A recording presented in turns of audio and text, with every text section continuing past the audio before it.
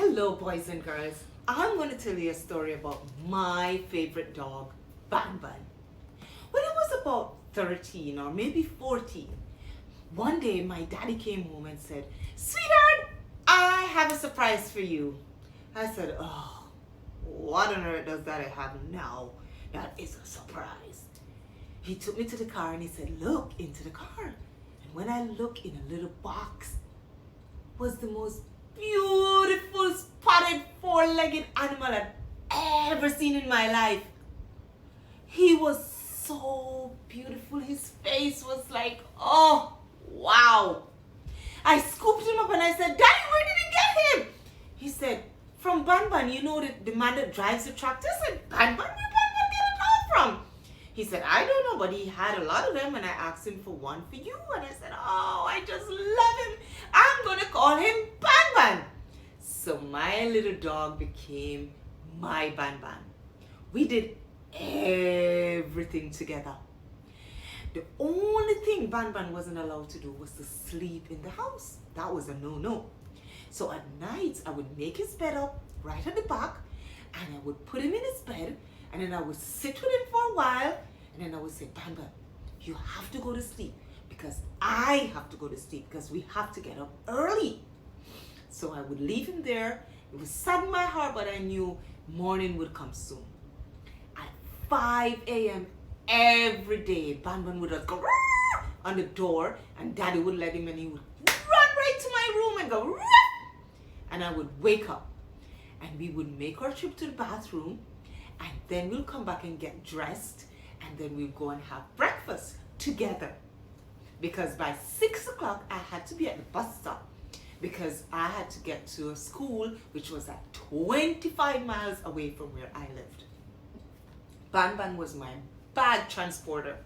So every morning I would put my bag on his back and I would hold it, of course, and he would walk. And we would walk to the bus stop together.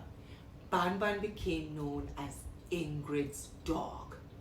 When we got to the bus stop, he would wait with me until the bus picked me up, and then the bus would have to go in one direction and then would have to come back up. So what Ban Ban would do, he would literally time the bus, cross the street so he could see me, so I could wait him and say, "Okay, Ban Ban, you can go home now. I'll see you later."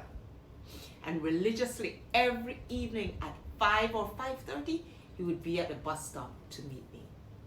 Like I said, Ban Ban and I did everything together, including practicing my music. I used to play the recorder.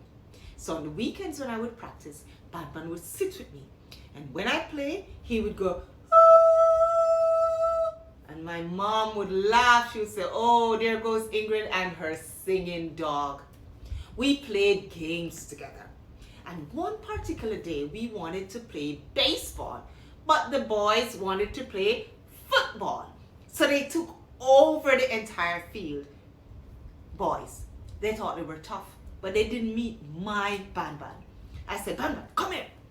When they kick that ball, all you have to do is take the ball, perch over the ball, and when they come for it, just growl. And true to my word, when they kicked that ball, he ran for that ball, and he just perched over it, and he went, "Ah!" They couldn't get their ball. They met my Ban Ban. Of course, they yielded half the field, and we enjoyed our game. Ban Ban was a part of our team. Anything we played, which boys and girls was normally outdoors, because it's not like now when you're at home and you have to be sitting around the TV with your games. No. We didn't have that. Everything for us was outdoors. So Ban Ban was a part of the team, whether it was skipping, whether it was hopscotch, whatever game we were playing, he was a part of the team. One day when I was getting ready for school, I know Ban Ban had grown up. I was calling him, "Ban Ban, Ban Ban, let's go!" No Ban Ban.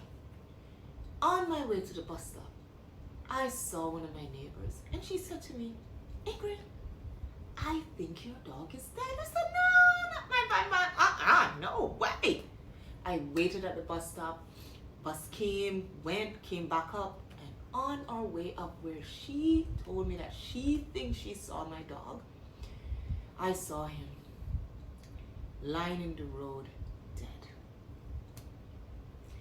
I let out a scream so loud that it stopped the bus.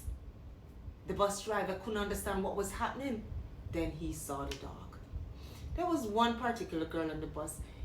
She was trying to bring me comfort, and she said, "Don't worry, I cried when my chicken died too." No, I had to stop for a minute and laugh. Her chicken died and she cried at me. There's my dog. I really had to. Ban Ban was a great loss. We had a real funeral service for him.